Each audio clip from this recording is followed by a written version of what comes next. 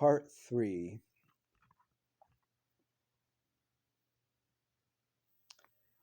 So I loved my friend. My friend loved me. We were like trying not to be gay. We had religion. We had parents. We had all that. And there was a lot of innuendo and a lot of excitement. Things were never consummated. And we became friends and we didn't drift apart. We became closer and closer until a few years later when I came out to him and then I never saw him again. But that was 18 or 19. So a few years later. And so where I was at was going to this Bible study and, accepting Jesus into my heart and all that. And to that group, not only was thoughts about another man evil and subject to eternal damnation in fire and sulfur and all that, but masturbation was evil. And that would also lead to eternal damnation. These people were very extreme and probably still are. And their kids are probably really fucked up.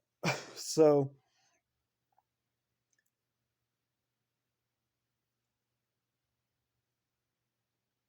they did the thing where you fast. A lot of non-denominational and Pentecostal and fundamentalist churches do this, where if there's something about your character that's imperfect, you fast and you ask God to remove it. You pray relentlessly for the Holy Spirit or whatever to come and take this from you.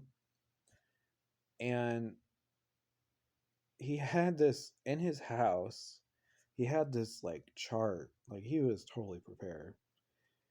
He had this chart that was like really cool pictures talking about the dispensations and the Mosaic law and the different eras, mostly New Testament stuff.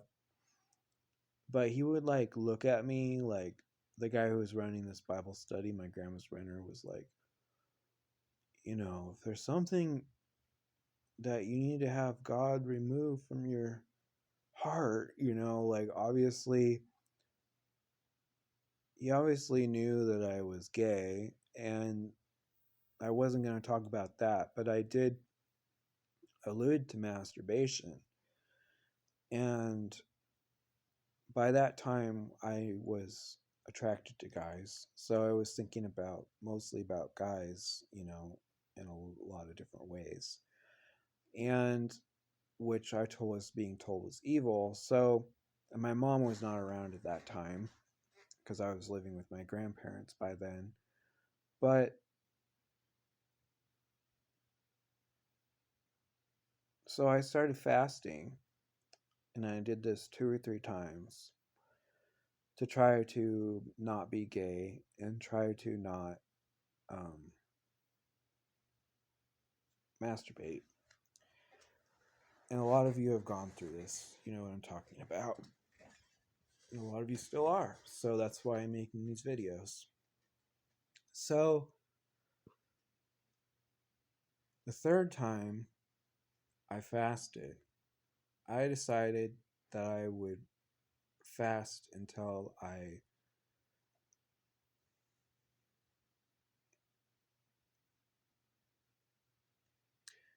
was no longer gay.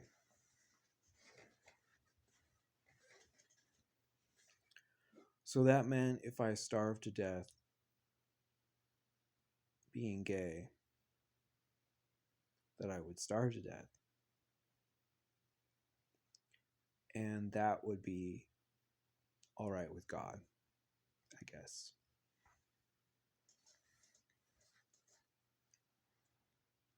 So I was fasting, and I think I went 6, almost 7 days, maybe more. I don't know. It was when I was 16. That was 2000. So I went a long time, and I was not. I was going to school, high school, this time, and I was very hungry and very malnourished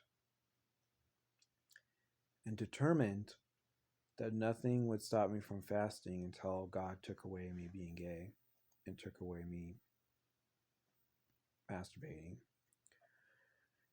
And it wasn't happening. So one night, my grandma's a drinker, real bad drinker. And one night, I went, I got home from school on the bus or from the Bible study or something. And by this time, my grandma, who had first encouraged me to go to the Bible study, was getting wise to how fucked up it was, and that it was not helping me, it was hurting me. And I came home, and she interrogated me. And my sister was visiting to spend the night. My sister remembers this night very well, too. And I was just trying to evade my grandma's questions, like, because she kept asking me if I was fasting. And if I wouldn't tell her, because she's a grandma. And all grandmas want you to do is eat. And if you don't eat, like, when your grandma's around, like, she can't. She can't sleep at night. She can't sit down. Like, she'll call you and tell you to eat something, You know what I'm talking about. So I said, well, I'm fasting, yeah. And she said, you can't go to that Bible study anymore. And she was really pissed. And up until this time, my grandma was pretty hateful of gay people, pretty homophobic. And so I was just like, oh, I'm fasting. And then she was like, why? Why are you fasting? Why? Why would you do that? You can't go to that Bible study anymore. And she was just like, really trying to get the truth out the truth. And finally, in my way that I do, which is a reoccurring theme in my life, I like walked around because it's an open floor plan house, and I was like, I fell on the floor and I was like, I'm gay.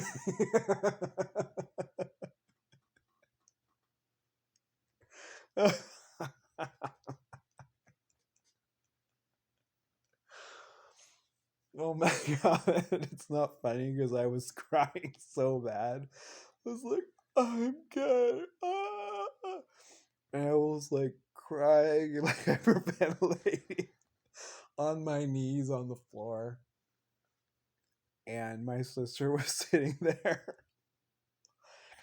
And my grandma was like, so what? She sat on the couch and she was like, so what?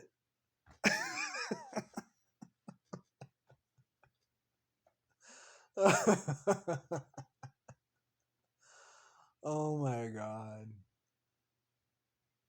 So that was a moment.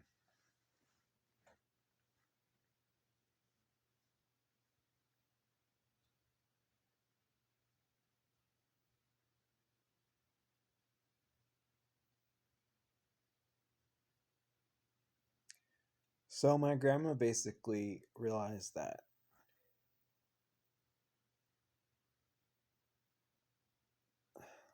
I think you can kind of put it together.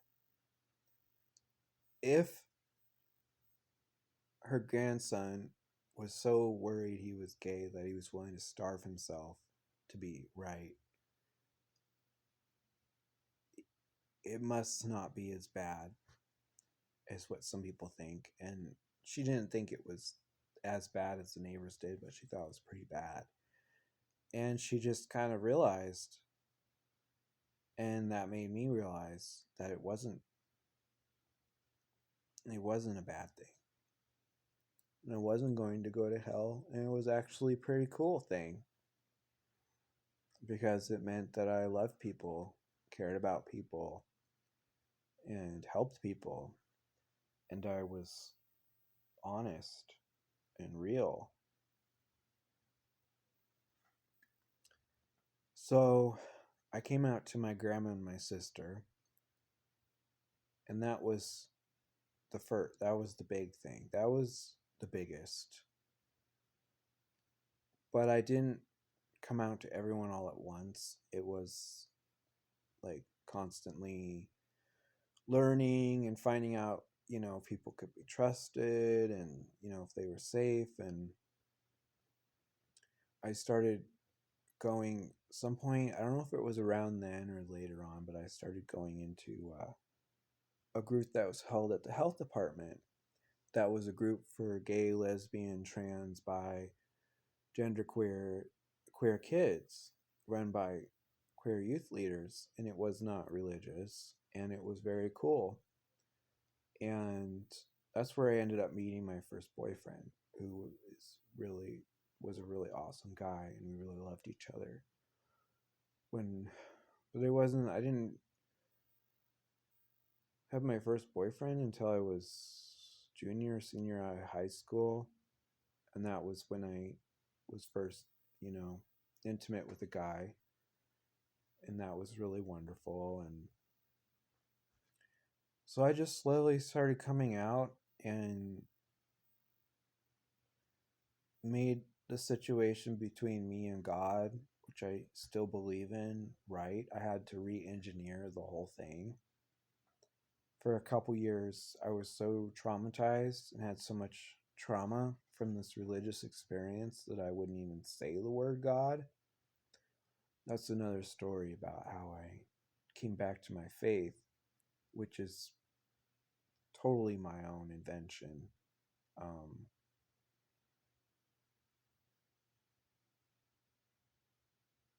and then my problems really began. Coming out is one thing, but then trying to figure out man is a whole nother thing.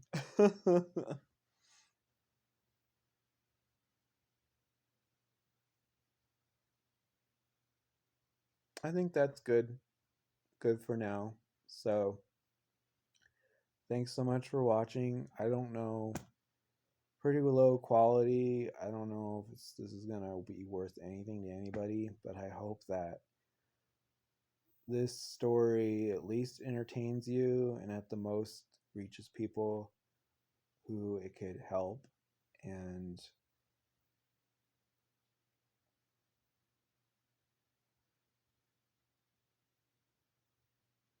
help people to avoid the mistakes I made and the pitfalls, and to know that being queer is not easy in how things are in the world, but it's definitely a beautiful experience and nourishing and deep and spiritual and joyful and exciting, and heartbreak is torture, but it's infinitely better than being in the closet. And I think that's a pretty universal opinion about those of us who have come out. But coming out is a process. It's not something you do just one time, at least in my opinion. Like coming out every morning when I wake up and put my face on and go and see the world, I'm coming out. Especially in the way that things have been the last 4 years, where it's been a major regression, as we all know. But